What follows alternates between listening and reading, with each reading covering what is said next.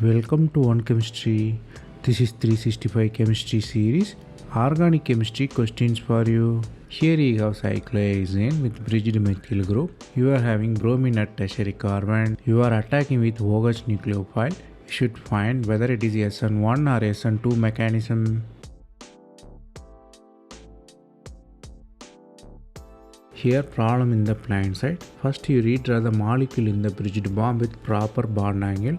So you have bridged carbon.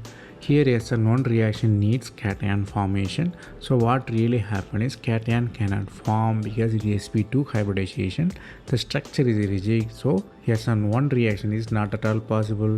It is called Bredts rule. The cation cannot form at the bridged carbon.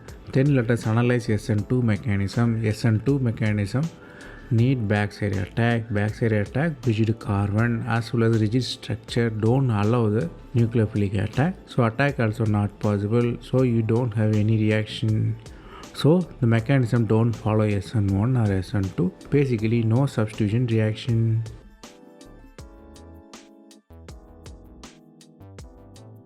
That's all from this video. Thanks for watching.